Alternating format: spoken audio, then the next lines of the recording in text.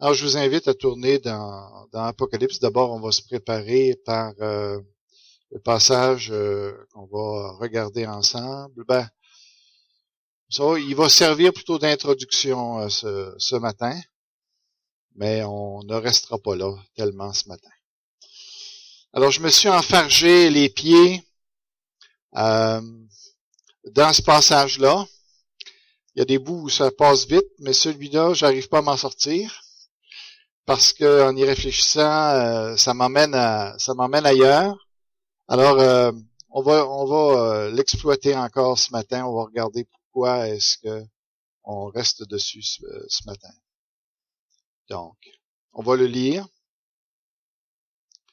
Apocalypse 6, versets 9 à 11.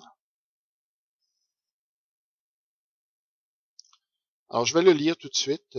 C'est dans mes diapositives plus tard, mais c'est pas grave. 6, 9 à 11. On l'a lu déjà la semaine passée, mais je le relis encore. Quand il ouvrit le 5e sceau, je vis sous l'autel l'âme de ceux qui avaient été mis à mort à cause de la parole de Dieu et à cause du témoignage qu'ils avaient rendu. Ils crièrent d'une voix forte, « Jusqu'à quand, Maître saint et véritable, tarderas-tu à faire justice et à venger notre sang sur les habitants de la terre? » Une robe blanche fut donnée à chacun d'eux, et ils reçurent l'ordre de rester en repos un petit moment encore, jusqu'à ce que le nombre de leurs compagnons de service et de leurs frères et sœurs qui devaient être mis à mort comme eux soit au complet. Alors j'espère que vous avez chacun votre Bible, sinon vous allez manquer à peu près le 3/4 du message. OK? Quand on vient à l'église, on vient avec sa Bible. Ça m'importe peu le format que vous avez, mais je veux vous voir avec une Bible dans les mains. Parce que c'est avec la Bible qu'on réfléchit. Puis juste d'entendre les choses comme ça, on n'est pas capable. Faut le regarder, faut voir pourquoi je dis ce que je dis, les liens et tout ça, le français, la grammaire. Faut qu'on regarde ces choses-là. OK? Sinon, vous allez accepter tout plein d'affaires qui sont pas justes.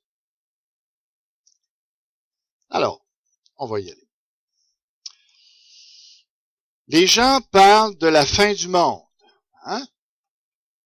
Nous, on n'en parle pas trop. Parce que c'est pas ce qui nous préoccupe tellement, ou c'est pas ce qu'on espère, la fin du monde. Ce qu'on espère, bien plus que la fin, c'est vrai qu'il y aura une fin pour la façon que le monde est dirigé ici. Mais on n'attend pas tout de suite la fin du monde.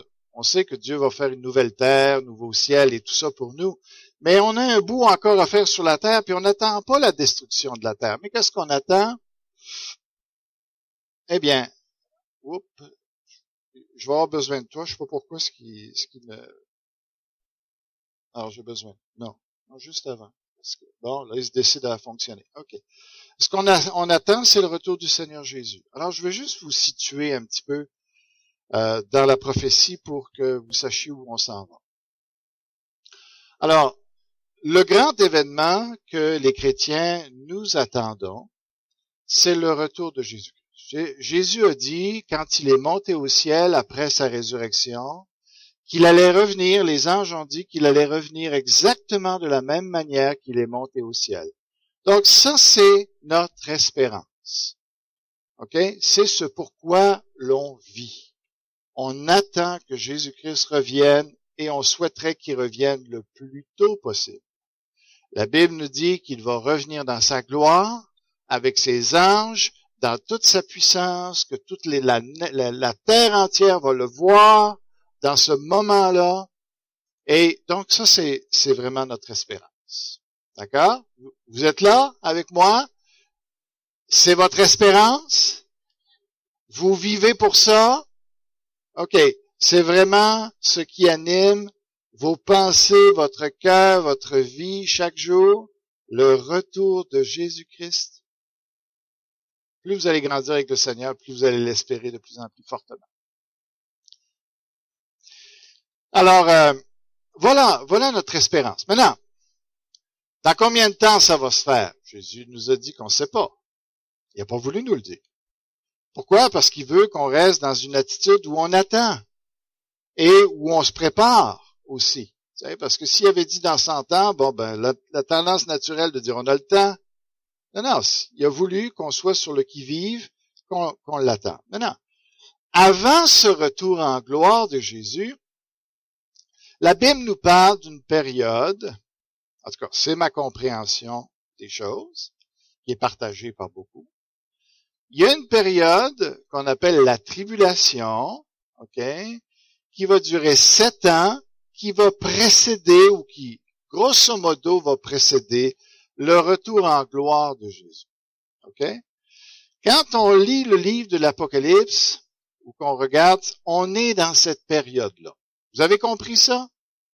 Vous avez compris qu'on est dans juste avant le retour du Seigneur, on est en train de regarder les événements qui vont se produire avant qu'ils reviennent en gloire.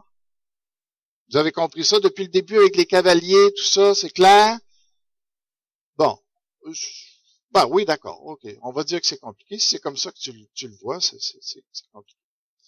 Alors, dans ça, il y a différents jugements. Il y a différentes choses que Dieu va faire dans cette période-là, qui portent différents noms. Et la première série de jugements s'appelle les sceaux. Il y en a 7. Et on est arrivé au 5e. Celui-là qu'on a lu ce matin, c'est le 5e sceau. Et ça nous parle des martyrs qui, dans cette période-là du 7 ans, vont avoir à souffrir et même à perdre leur vie à cause de leur témoignage. Alors, vous me suivez, vous? Ça va?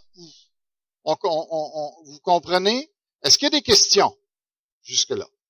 Ça va? Alors, on veut regarder ce qui se passe un petit peu avec ça. Et puis, la semaine passée, ce qu'on a regardé avec le texte, c'est de dire, on s'est posé la question, qu'est-ce qui va faire en sorte que le monde va changer radicalement d'attitude à l'égard des chrétiens? Qu'est-ce qui va faire en sorte que, là, ici, on voit une persécution des chrétiens mondiale? On va dire que les chrétiens sont devenus la plaie de ce monde. OK? C'est ça que nous décrit ce texte. Alors, j'ai posé la question à savoir, qu'est-ce qui explique cela? Alors, on a vu différentes choses, que je ne reviendrai pas dessus, puis on a terminé avec le texte de Genèse 6 qui nous a été donné, d'ailleurs que Jésus reprend, parce qu'il dit à la fin des temps, ça va se passer comme au temps de Noé. Donc, il dit, regardez ce que Noé a vécu, et c'est ce qui va se passer à la fin. Voilà ce qu'il nous explique. Et on a vu que, outre le fait que, les gouvernements peuvent changer, ils peuvent établir des lois qui condamnent le christianisme ou la foi en Jésus. Alors, ça peut être le diable aussi, qui lutte contre la foi, oui, tout ça. Mais on a vu qu'ultimement, ce qui allait provoquer cette période-là, ou cette mentalité, cette antipathie-là, virale à l'égard des chrétiens, c'est le fait que le Saint-Esprit va se tasser. OK? Qui va cesser de retenir, de lutter, puis c'est ce que Genèse 6 nous enseigne, qui va arrêter de contester. Et ce qu'on voit, le résultat de ça, étant donné qu'il va retirer sa grâce, eh bien, ce qu'on va voir, c'est un monde où il n'y aura plus du tout de frein au mal. Sous aucune forme. OK? Ça, c'est la semaine passée. Ce matin, ce qu'on veut regarder, c'est un autre aspect de ça.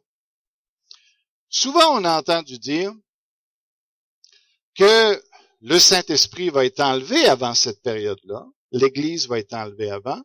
Okay?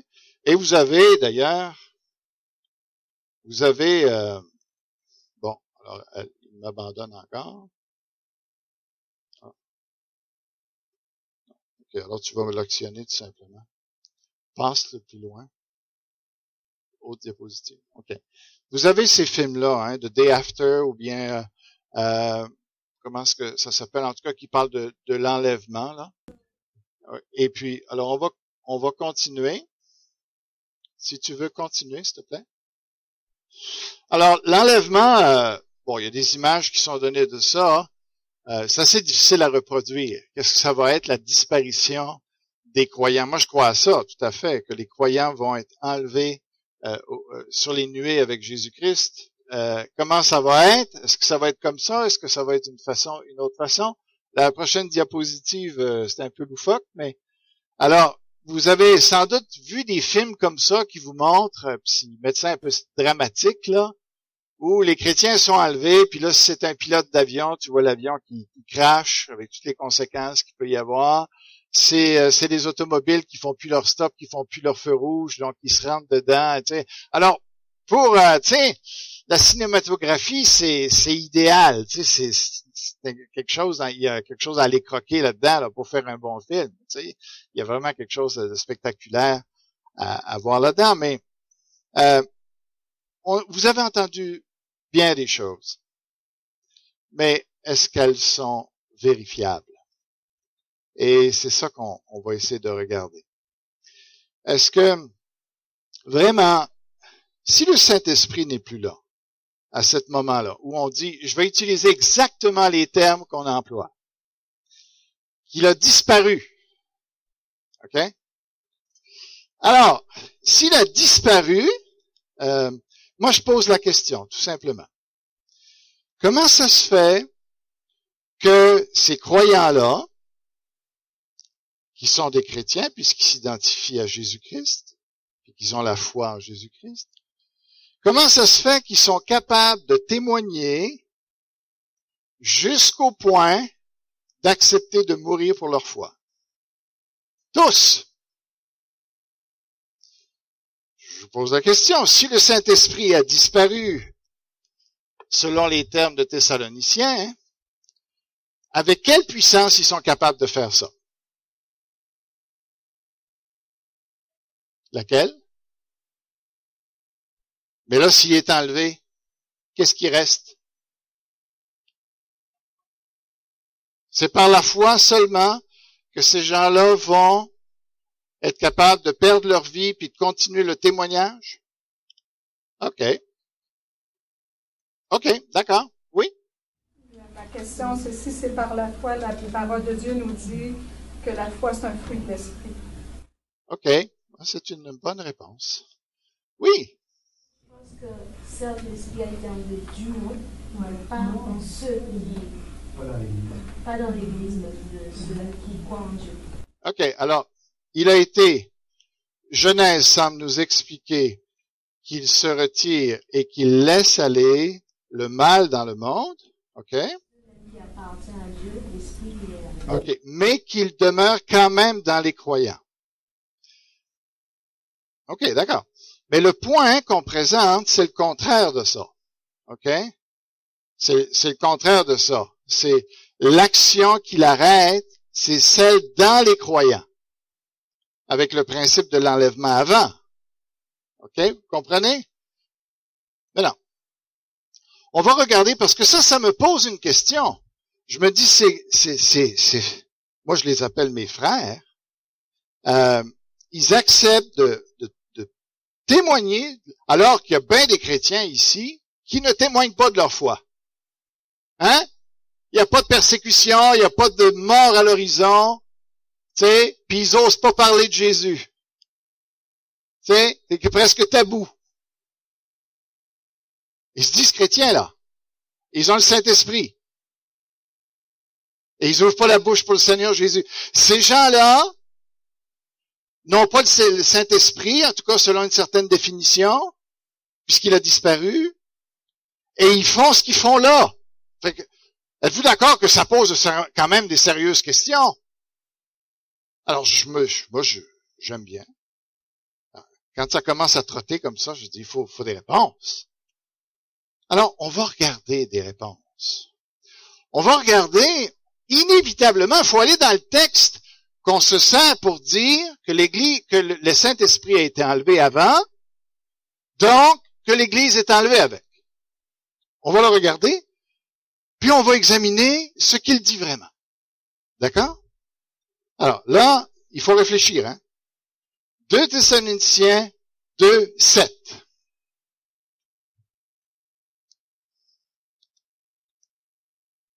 Et, pendant que vous cherchez, j'aimerais dire que le Saint-Esprit pour nous, c'est tout.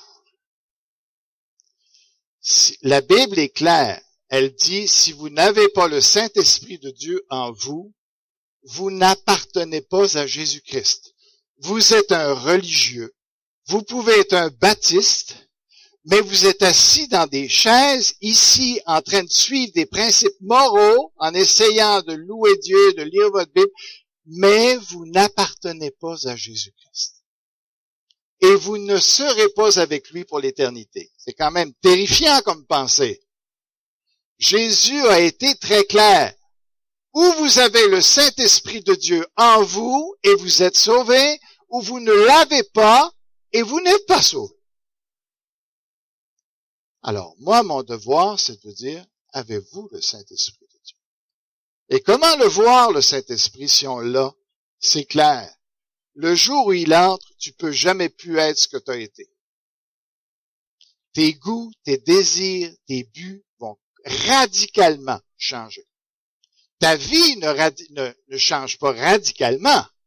C'est un processus après. Mais dans ta tête, ton orientation de vie vient de basculer de tout au tout. Alors, je vous pose la question, si vous voulez savoir si vous l'avez le Saint-Esprit ou non, je vous pose la question, est-ce qu'à un moment donné dans votre vie, il y a eu un 180 degrés? Où vous vous en alliez dans votre direction, vous meniez votre vie comme vous vouliez, vous faisiez ce que vous vouliez, peut-être que vous alliez à l'église, puis vous essayiez de pratiquer un peu la religion, mais à un moment donné, on frappe un mur, on arrive, on dit, regarde, c'est pas la vérité, je peux plus continuer comme ça, je mène ma vie comme je veux, mais Dieu veut ma vie. Il veut être le Seigneur de ma vie, et là, je dois prendre la décision un jour de dire, tu l'es le Seigneur ou tu l'es pas le Seigneur de ma vie? Et ce jour-là, tu dis, OK, Seigneur, je capitule. Je te donne ma vie, viens la diriger maintenant. C'est ça, être sauvé. Et le Seigneur, lui, est très sérieux, parce que si tu as réellement capitulé, à partir de ce moment-là, il prend le contrôle. C'est comme le pilote automatique, là. Quand les pilotes se disent, je vais aux toilettes, tu prends le contrôle de l'avion. Il prend le contrôle de l'avion. Quand vous dites à Jésus-Christ, prends le contrôle de ma vie, il le prend le contrôle de la vie. Et il le lâche plus après. OK? Ça fait qu'après ça, il y a des fois, ça nous tente de dire, le Seigneur nous dit dans notre cœur, hey, qui est-ce qui est maître ici? Il dit, oh, puis là, on négocie des fois, on devrait pas, mais on sent qu'il y a un autre maître dans notre vie, là. Est-ce que vous vivez ça? Est-ce que c'est votre expérience? Si c'est votre expérience, vous êtes sauvé. C'est clair que le Saint-Esprit est en vous. Si vous n'avez pas ce combat-là, si vous sentez que vous pouvez faire ce que vous voulez, vous ne l'avez pas. Et ça, c'est clair. Alors, on y vient. Et je vais poser, à la lecture de ce texte, je vais poser 4 questions. J'aime bien procéder comme ça. 2 Thessaloniciens 2, 7, mais je vais quand même commencer avec, si vous me permettez, le 6. Et maintenant, vous savez ce qui le retient, afin qu'il n'apparaisse que lorsque le moment sera venu pour lui. En effet, le mystère de l'impiété agit déjà. Verset 8. Il faut seulement que celui qui le retient encore ait disparu. Bon. Alors, c'est là qu'on commence notre réflexion. On a 4 questions à se poser, mais avant que je vous pose mes questions, vous allez me dire comment on interprète, ou vous avez entendu dire qu'on interprète ce verset-là. Le verset 7 particulièrement. Dites-le moi. Il n'y a pas de piège, il n'y a pas d'attrape. Je veux juste que vous m'informiez comment on vous a dit. Qu'est-ce que ce texte-là veut dire?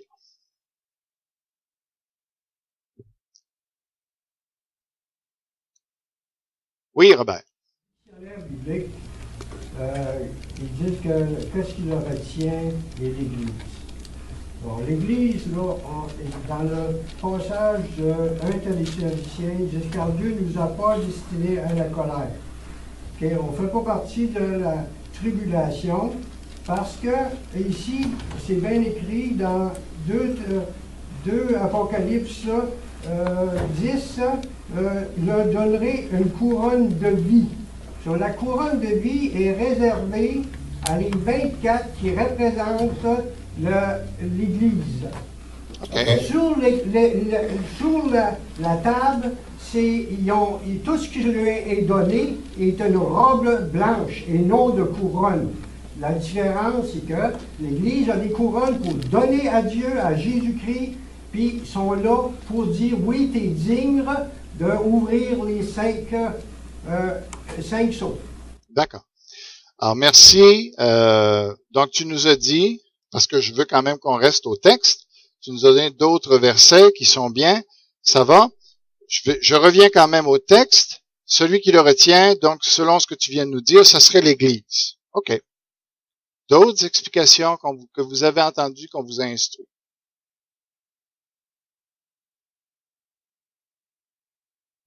OK. Alors, on va y aller. On va coller au texte. OK? La première question, si tu veux bien avancer.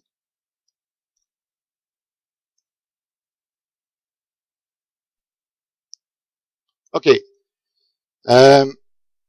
Qu'est-ce qui est retenu? Je pose une question toute simple. Hein? Qu'est-ce qui est retenu? Qui a répondu le mal? OK, le mal. Mystère de l'iniquité. Intéressant. D'autres choses? Pardon? Il parle des anges qui sont aux 80. Oui, mais je ne parle pas de qui retient. Qu'est-ce qui est retenu? OK? Restons avec ça. Qu'est-ce qui est retenu? Alors, il y a 2 possibilités. Le mal ou l'homme du péché. OK? 2 possibilités. Il n'y en a pas d'autres. Le mal ou l'homme du péché. C'est quoi la différence? Bien, c'est très important comme point. Parce que si c'est le mal qui est retenu ici, qui peut retenir le mal dans son aspect général sur la terre? L'Esprit de Dieu. Dieu, certainement, et l'Esprit de Dieu. Oui. Si on parle, et qu'est-ce que c'est le mal? Ça veut dire que pour que le mal se répande sur la terre, qu'est-ce que ça prend? Ça prend que la conscience, OK, ne soit plus là. Parce que qu'est-ce qui retient les gens de faire du mal? Qu'est-ce qui fait que les tribunaux jugent les choses sur la terre puis rendent justice? C'est leur conscience. D'accord?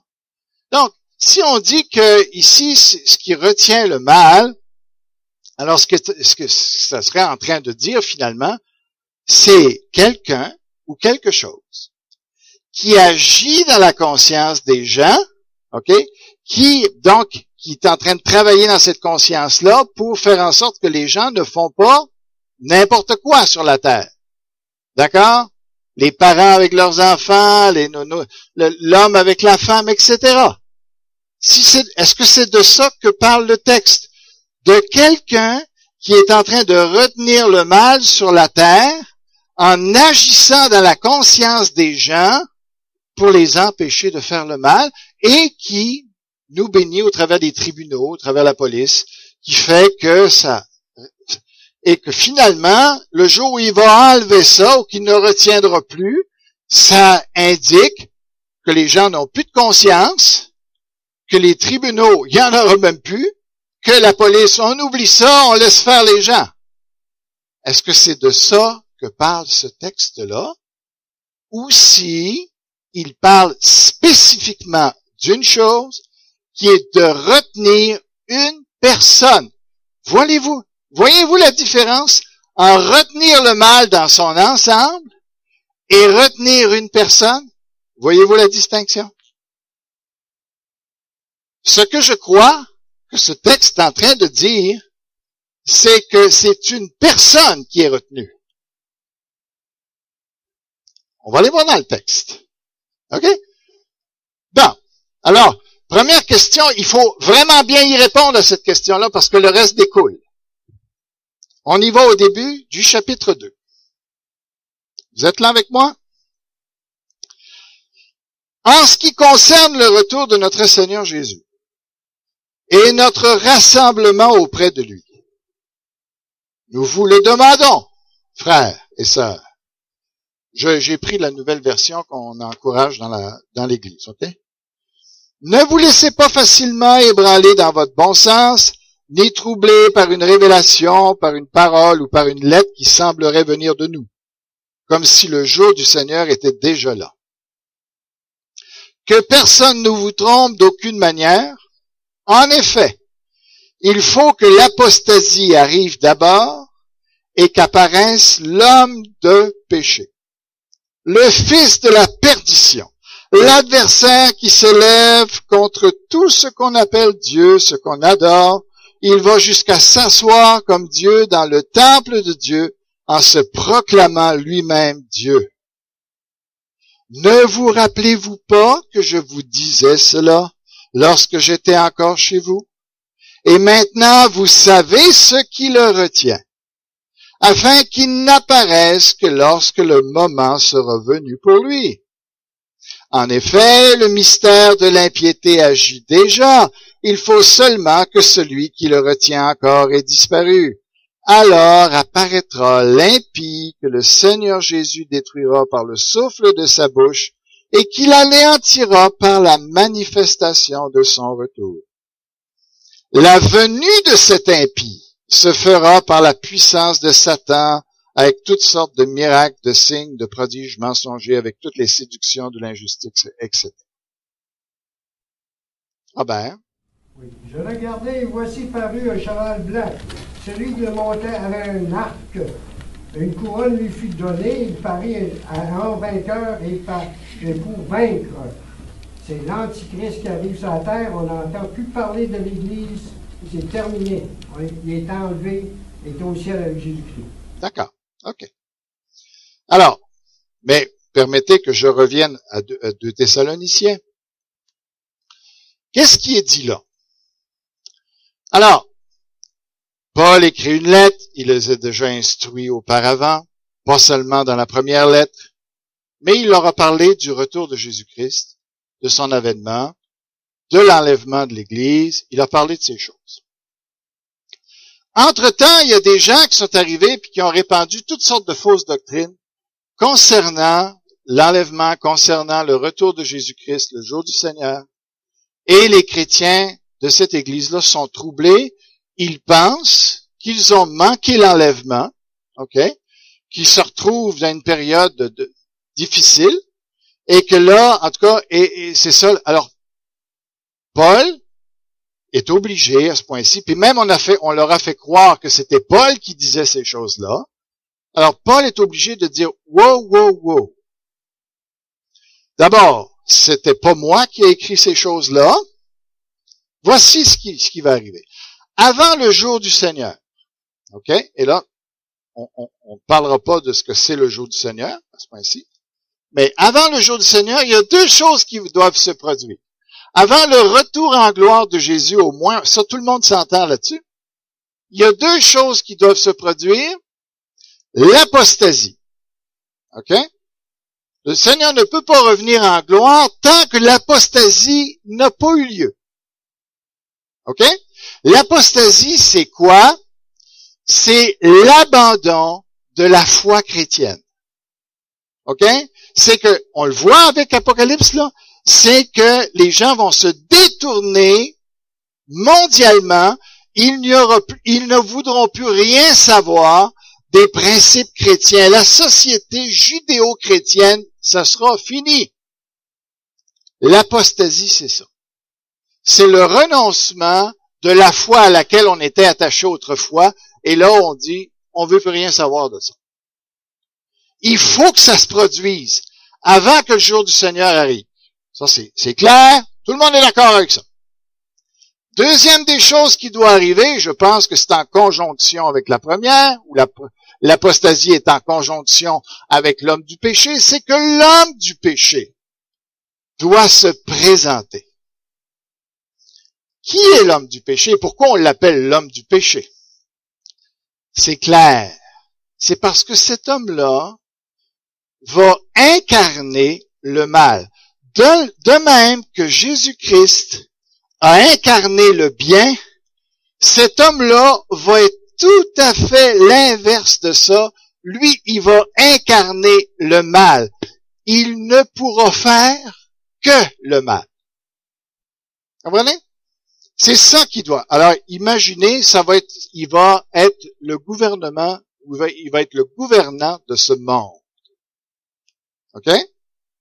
En lui, là, tout ce qu'il pense, lui, là, c'est le péché, le mal, la destruction, la cruauté, tout ce que vous pouvez imaginer de ce que le mal peut être. Lui, là, ça va être ça qui va le nourrir, c'est ça qui va encourager, c'est ça qui va défendre, c'est ça qui... Et il n'y aura rien d'autre qu'on aura le droit de faire que ça dans cette période-là. Vous imaginez? Paul nous dit, il faut, avant que le Seigneur arrive en gloire, il va falloir que lui se manifeste. OK? L'homme du péché. Alors, après, il dit, et tout le contexte nous dit, si vous regardez dans la phrase, et maintenant vous savez ce qui le retient.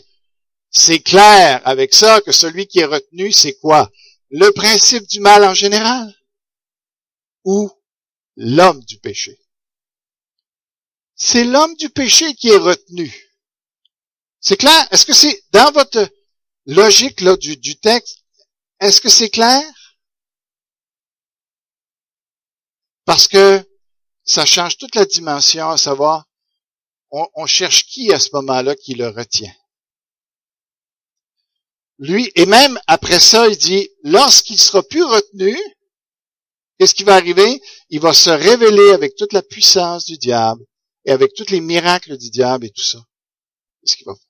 Fait que la réponse à la question ici, qui est retenu? C'est pas le mal dans le monde. Dans ce texte-là, c'est clair que c'est l'homme du péché.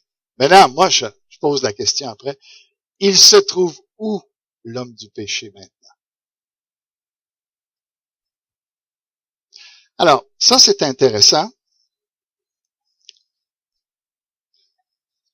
Alors, justement, il y en a beaucoup qui pensent qu'il est déjà dans ce monde et tout ça. Alors, moi, j'aimerais qu'on regarde cela à nouveau.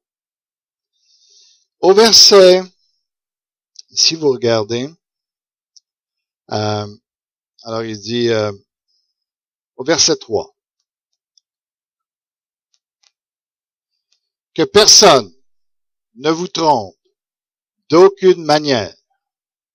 En effet, il faut que l'apostasie arrive d'abord et qu'apparaisse l'homme du péché. Le fils de la perdition, l'adversaire qui s'élève contre tout ce qu'on appelle Dieu, ce qu'on adore, il va jusqu'à s'asseoir dans le temple de Dieu. Souvent, on lit ce verset-là, quand on dit que il faut qu'il le retienne et tout ça, et on dit, il faut d'abord qu'apparaisse l'homme du péché. On interprète ça de cette manière-ci. C'est pas dans le texte. Mais on interprète ça de cette manière-là. C'est que celui qui le retient l'empêche de naître. OK? Parce que dans toute cette idée d'apparition, on nous donne l'idée qu'on voit un homme naître d'une femme, qui grandit, qui se développe, qui arrive au début de la tribulation, et là, qui commence par la séduction, puis par des alliances, qui commence à élever son contrôle, et que finalement, au milieu de la tribulation, là, il arrive que le diable le saisit, et là, il devient dans tout le pouvoir où là, il établit un gouvernement qui est mondial. C'est comme ça qu'on vous a présenté souvent de fois les choses. OK? Alors, on est en train de dire, on a l'évidence là, donc, ça se peut qu'il soit déjà vivant. Ça se peut qu'il soit déjà sur la terre, que celui qui le retenait ait déjà arrêté de le retenir, et il est en train de se développer. Et à un moment donné, et là on cherche dans les prophètes, dans les prophéties, là, dans les émissions qu'on fait, on cherche partout où est-ce qu'il peut bien se trouver. Hein? C'est pas vrai? C'est comme ça. Mais j'aimerais vous montrer le texte, juste un instant. Le texte, qu'est-ce que le texte dit? Voici ce que le texte dit. Au verset 9 et au verset 10. Versets 9 et 10. La venue, Paul ici, c'est lui qui a l'autorité sur la révélation, n'est-ce pas? C'est lui qui l'a reçu. Lui, il nous dit comment il va apparaître. Il nous dit ceci. La venue de cet impie se fera par la puissance de Satan, avec toutes sortes de miracles, de signes et de prodiges mensongers, avec toutes les séductions de l'injustice pour ceux qui périssent, parce qu'ils n'ont pas accueilli l'amour de la vérité pour être sauvés. Paul, dans son autorité, nous dit, voici comment il va apparaître. Il dit pas qu'il va apparaître progressivement avec quelques petites manifestations au début, et puis ça va grossir, il va grandir son pouvoir et tout ça. Non, non, non, non. Si vous voulez justifier ça, il faut aller peut-être dans d'autres textes de la Bible. Mais on n'est pas là ce matin, et je veux pas les toucher ce matin. Il faudrait les regarder puis qu'on regarde ce qu'ils disent. On est juste dans ce texte-là. Moi, je vous dis juste sur la base du texte qu'on voit que ce que Paul dit, c'est que quand l'Antéchrist ou quand l'homme impie ou l'homme du péché va apparaître, il va pas apparaître avec juste des petites affaires, juste des petites séductions. Non, le texte est clair. Il apparaît avec tous les prodiges du diable. Toute la puissance, il y a 3 choses qui lui sont données. Avec la puissance totale de Satan, avec tous les miracles et les prodiges de Satan, puis avec toutes les séductions de l'iniquité. OK?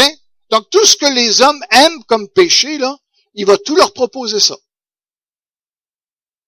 Fait bien. 3 choses. Et dans tout ça, vous avez noté les superlatifs. Toutes.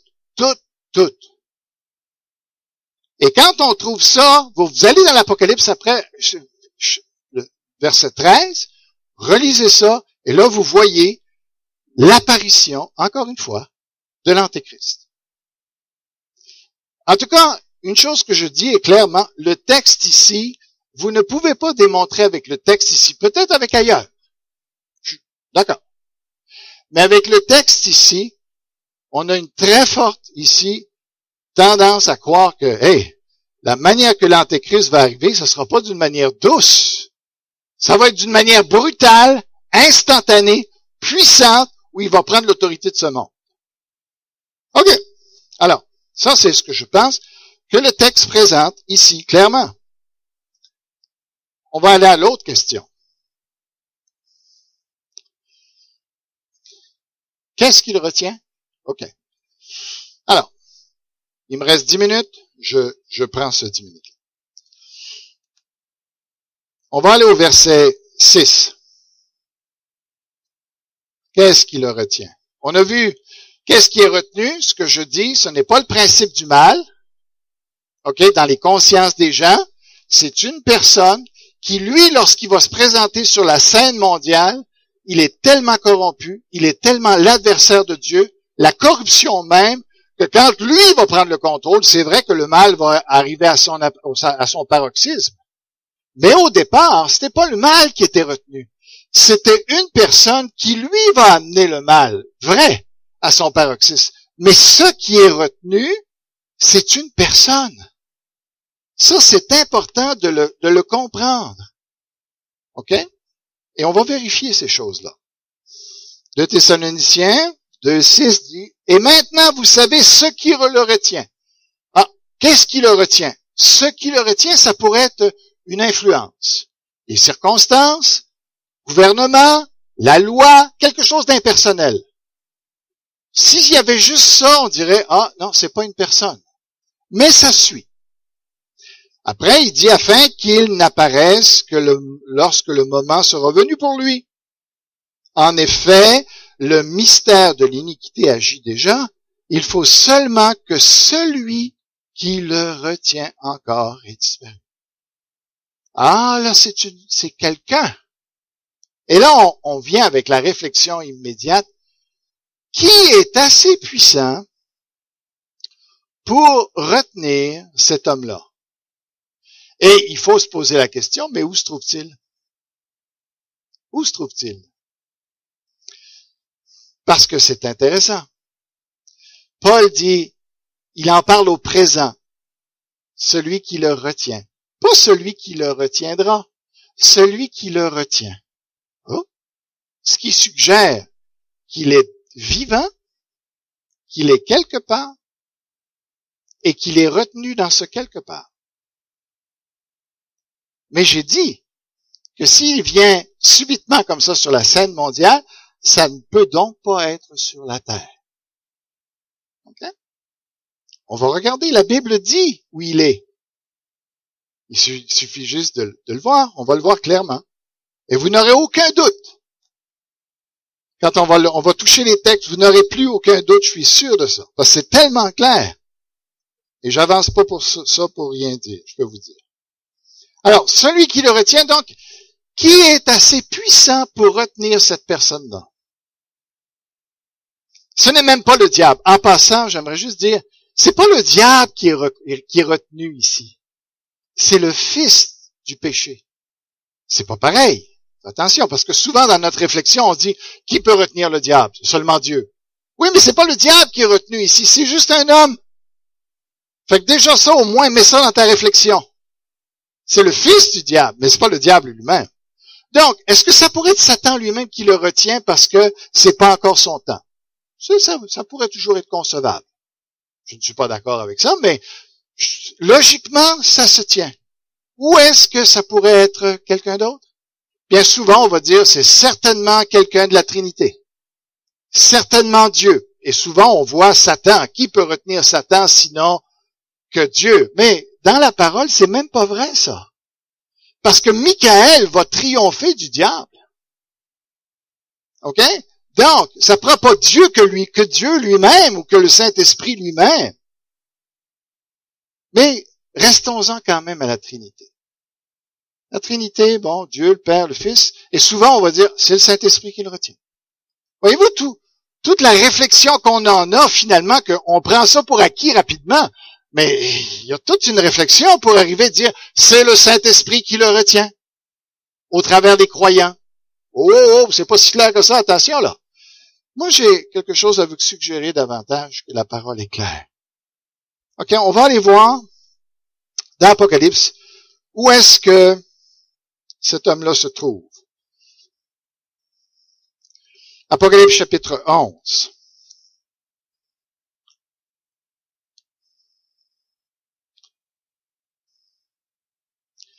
Le verset 7. Votre calvaire achève. Mais je crois que j'enseigne la vérité et que c'est important qu'on l'écoute et qu'on prenne ça très, très au sérieux. Même si pour vous, là, je suis en train de vous casser la tête. Apocalypse 11, 7. Quand ils auront fini de rendre leur témoignage, la bête qui monte de l'abîme leur fera la guerre. Où est la bête? Dans l'abîme. Qui est la bête dans l'Apocalypse? L'homme du péché, l'antéchrist. Tout le monde, tous les évangéliques sont d'accord là-dessus. OK? La bête, elle se trouve où? La Bible dit, dans l'abîme. C'est où l'abîme? C'est le séjour des morts. OK? Et si vous n'êtes pas convaincu, tournez avec moi dans Apocalypse 17. Apocalypse 17.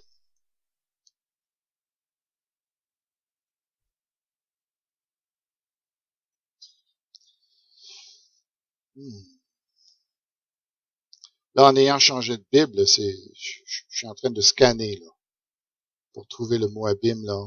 Si quelqu'un le trouve dans les versets autour du verset 10, là, présentement, je le vois pas. Et est-ce que quelqu'un le voit? Quant à la bête qui existait, qui n'existe plus. OK? Vas-y donc.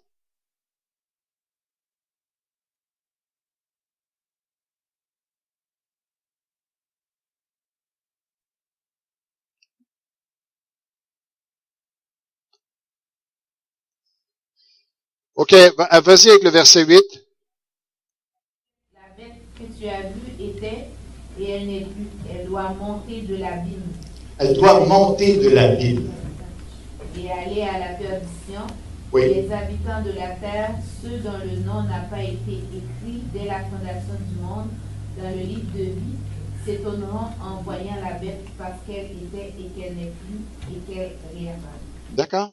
Et remarquez les termes de verbes aussi qui sont employés. Hein? Et on parle comme elle était. Elle a déjà existé, elle n'est plus, elle était. OK? Alors, si on met ça au temps de l'apôtre Jean, même avant, même au temps de l'apôtre Paul. OK? Alors, puisqu'il parle au présent, celui qui le retient. Alors, maintenant, il est où? Ce qui est clair, la Bible dit, il est dans l'abîme. Et là, je pose la question maintenant, mais qui a les clés de l'abîme? Parce que pour enfermer quelqu'un, il faut avoir des clés. Est-ce que la Bible répond à cette question-là? Qui a les clés de l'abîme? Clairement? Clairement, la Bible le dit. Apocalypse 9, si vous voulez regarder avec moi.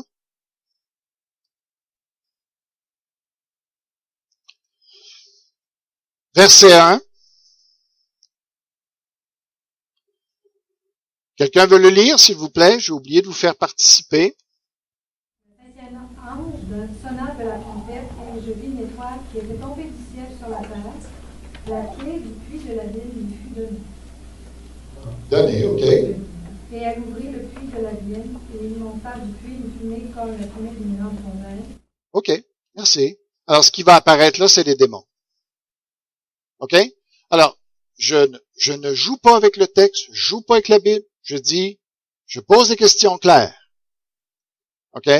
Où est l'antéchrist, la bête? La Bible répond dans l'abîme.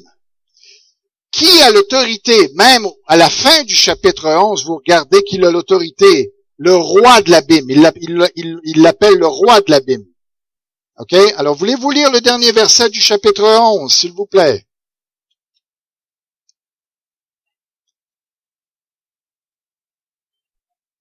Attends.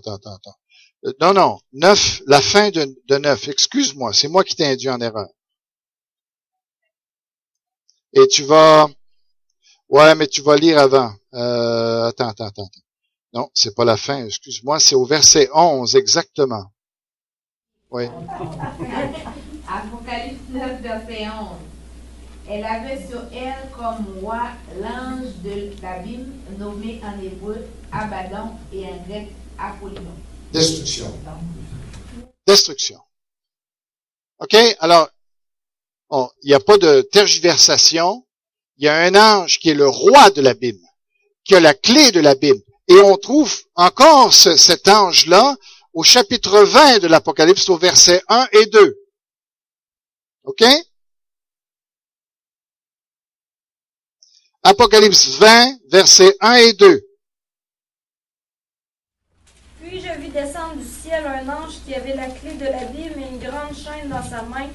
Il saisit le dragon, le serpent ancien qui est le diable et Satan, et il le lia pour 1000 ans. Après, au verset 3.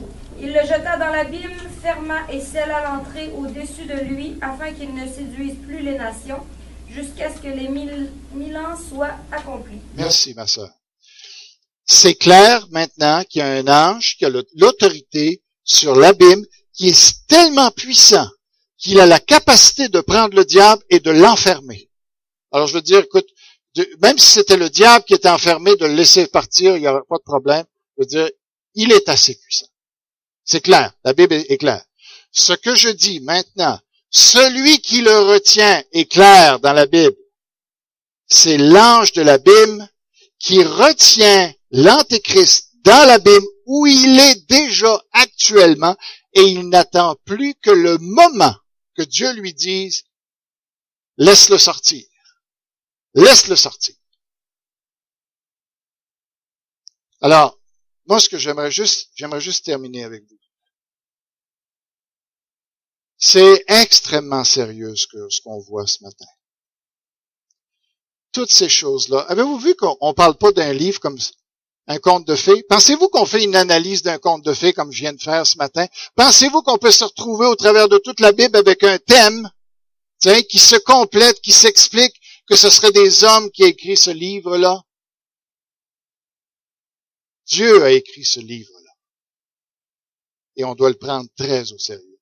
Si vous avez jamais lu le Coran, ou si vous avez jamais lu les Védas, ou ces choses-là, puis que vous comparez ça à la Bible, c'est une risée. Qu'on ne me parle pas de ces choses-là. Parce que vous avez juste à lire une page, vous dites, ça a aucune ressemblance avec ce que la Bible est. La Bible est la parole de Dieu. Et c'est Dieu qui l'a fait écrire par des hommes.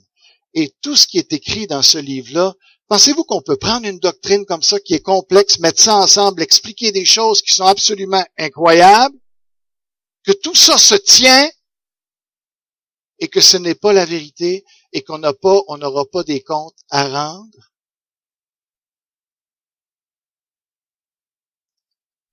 Alors, j'aurais d'autres choses à vous dire. Le temps est achevé. Mais je vous dis une chose, préparez-vous. Préparez-vous. Ces choses-là vont se passer. Et ça se peut que vous soyez là, au 5e saut, que ce sera vous qui allez être là. Moi, je le crois. Maintenant, laissez-moi du temps pour vous expliquer, vous démontrer ça. Je vous dis, préparez-vous. Parce que ce sera, et c'est ce que je vais expliquer probablement la semaine prochaine, à moins que Dieu me montre autre chose. Mais ce que je vais expliquer, c'est quel va être notre rôle dans cette période-là et pourquoi je ne veux pas manquer cette occasion-là de rendre témoignage et de jouir de la puissance du Saint-Esprit comme jamais auparavant.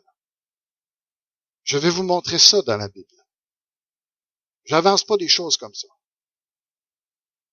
C'est une période, ça dépend comment on veut la voir. C'est une période fantastique pour les enfants de Dieu, où Dieu va amener son point, son plan, jusqu'à son bout. C'est pas le temps de se relâcher, là. C'est pas le temps de commencer, là, à s'amuser. Je sais pas quand est-ce que ça peut commencer. Mais soyons prêts. Et si vous n'êtes pas sauvés, si vous n'avez pas donné votre vie, là, Dieu vous donne encore du temps, mais n'abusez pas. Parce que le texte qu'on vient de lire dans Thessaloniciens, il dit que ceux qui auront pris plaisir à l'injustice, Dieu va leur dire, c'est ça que tu aimes? Eh bien, tu vas l'aimer jusqu'au bout maintenant. Je vais te donner un dirigeant qui va t'amener jusqu'au bout avec ça. T'aimes ça le péché? Je vais te le permettre d'y goûter à plein. Pour ta destruction.